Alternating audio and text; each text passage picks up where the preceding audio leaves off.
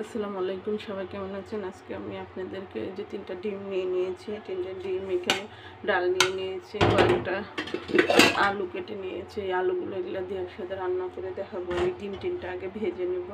ডিমটা ভেজে নেওয়ার জন্য আমি এখানে পেঁয়াজ কেটে নিয়েছি, সাথে একটু লবণ দেব, সাথে একটু গুঁড়া মরিচ দিয়ে এইটার মধ্যে একসাথে আমি মথে নিয়ে তারপরে এটার মধ্যে 3 ভাগ করে নিয়ে এটা দিয়ে আমি একটা একটা করে ডিমগুলো আগে ভেজে নেব। আমি চুলায় প্যান বসে দিয়েছি, প্যানের মধ্যে আমি এইভাবে তেল দিয়ে দেব। আমার প্যানটা গরম হয়ে গেছে। এই প্যানের মধ্যে আমি এরকম করে ডিমটা দিয়ে দেবো, একটা একটা করে ডিম আমি 3টা ডিমটা আমি আগে ভেজে নেব। এই যে দেখুন, আমার একটা ডিম ভাজা হয়ে গেছে। ডিমটা আমি এইভাবে 2 টুকরা করে নেব।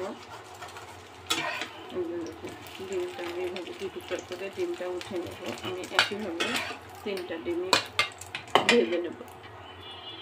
এদিকে আমার ডিমটা ভাজা হয়ে গেছে। আমি চুলা আরেকটা প্যান বসিয়ে দিয়েছি। এই প্যানটা গরম হলে প্যানের মধ্যে আমি তেল দিয়ে দেব। প্যানটা এখন গরম হয়ে গেছে। প্যানটাতে আমি তেলটা আমরা পরিমাণ মতো দেবো। যেটা কেউ কম খায়, কেউ বেশি খায়, তেলটা আমি এই যে পরিমাণ মতো দিয়ে দেবো। তেলটা গরম হলে আমি এখানে 2টা শুকনো মরিচ ছেড়ে দেবো। এই যে তেলটা গরম হয়েছে, তেলের মধ্যে আমি এইভাবে 2টা শুকনো মরিচ ছেড়ে দেবো। শুকনো মরিচটা আমি এটা খুব সুন্দর করে নেড়ে করে লাল করে দেবো। শুকনো মরিচটা লাল হয়ে গেলে আমি এখানে পেঁয়াজ আর একটু রসুন কেটে নিয়েছি, কয়েকটা রসুনটা দিয়ে দেবো। এই যে দেখুন, আমার তেলের মধ্যে শুকনো মরিচটা একটু ভাজা হয়েছে। এর মধ্যে আমি এই যে পেঁয়াজ রসুনটা দিয়ে দেবো। পেঁয়াজ রসুনটা আমি একটু বাদামি কালার করে নেব। পেঁয়াজ রসুনটা যখন আমার একটু বাদামি কালার হয়ে আসবে, তখন এর মধ্যে আমি 1/2 চামচ পরিমাণ আদা রসুন বাটি দিয়ে দেবো। আদা রসুন দেওয়ার পর আমি এখানে থেকে নেড়ে চেড়ে মশলার গন্ধটা দূর করে আদা রসুনটা আমি একটু পেঁয়াজের মধ্যে ভেজে নিয়েছি। পেঁয়াজটা ভাজা হয়ে গেলে এখানটা আমি একটু পানি দিয়ে দেবো। পানিটার মধ্যে আমার মশলাটা কষে এখানে আমি একটু জিরার গুঁড়া দিয়ে দেবো। এইখানে লবণটা আপনারা আপনাদের স্বাদ মতো দিয়ে দেবেন। ওখানে আমি একটু 1/2 চামচ পরিমাণ হলুদের গুঁড়া দিয়ে দিলাম, 2 চামচ দিয়ে আমি এখানে কোনো পোড়ামরিচ অ্যাড করবো না। এখানে আমি কয়েকটা কাঁচামরিচ কেটে নিয়েছি, কাঁচামরিচগুলো দিয়ে দেবো। দেওয়ার পর আমি এখানে এরকম একটা ঢাকনা দিয়ে ঢেকে দেবো মশলাটা কষানোর জন্য। এইভাবে আমি আলুটা আর ডালটা ধুয়ে নেব। এই যে দেখুন, আমার মশলাটা কষানো হয়ে গেছে। এর মধ্যে আমি আগে প্রথমে ডালগুলো দিয়ে দেবো।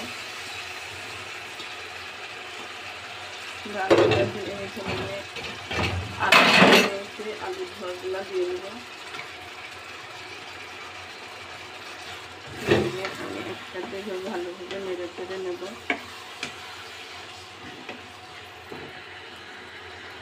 মশলাটার মধ্যে ডালটা আলুটা আমি ভালোভাবে কষিয়ে নিয়ে আমি এখানে পানি দিয়ে দেবো। পানিটা আপনারা আপনাদের পরিমাণ মতো দেবেন। ডাল যার যেমন সিদ্ধ হতে পানি লাগে, আমি এই পরিমাণে পানিটা দিয়ে দিলাম। পানিটা দিয়ে আমি এরকম ঢাকনাটা দিয়ে ঢেকে দেবো। এই যেমন ডালটা যখন এই পর্যায়ে আমার বল থাকবে, তখন আমি এটার মধ্যে এইভাবে একটা টমেটো কেটে দিয়েছি। টমেটো কাঁটাটা এইভাবে দিয়ে দেবো। টমেটো কাঁটাটা দিয়ে আমি এইভাবে নেড়ে চেড়ে আমি এইভাবে ঢাকনাটা দিয়ে এইভাবে ঢেকে দেবো।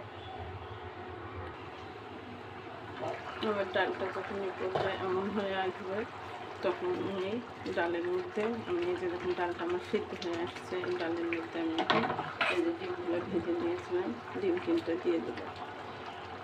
ডিমগুলো দেওয়া হয়ে গেলে আমি ঢাকনা দিয়ে আবার ঢেকে দেবো। আর আমি ডালের লবণটা চেক করে নিয়েছিলাম, আমার লবণটা ঠিক আছে। আপনারা রান্নার সময় লবণটা চেক করে দেখবেন। এই যে দেখুন আমার রান্নাটা কত সুন্দর হয়ে গেছে। আমি এখন এটা চুলায় থেকে নামিয়ে নেব। এভাবে আপনারা একবার হলেও রান্না করে খেয়ে দেখবেন। এই ডালটা এইভাবে ডাল দিয়ে আলু দিয়ে ডিম দিয়ে রান্না করতে কত মজা লাগে। আপনার মাংসর থেকে অনেক ভালো লাগবে এটা খেতে। এই যে দেখুন আমার ডিম দিয়ে ডাল দিয়ে আলুটা রান্না হয়ে গেছে। এই রান্নাটা আপনারা একবার হলেও ট্রাই করে দেখবেন। এই রান্নাটা খেতে এত মজা লাগে। আমার ভিডিওটি ভালো লাগলে আমার চ্যানেলে একটা লাইক দেবেন, চ্যানেলটি সাবস্ক্রাইব করে দেবেন।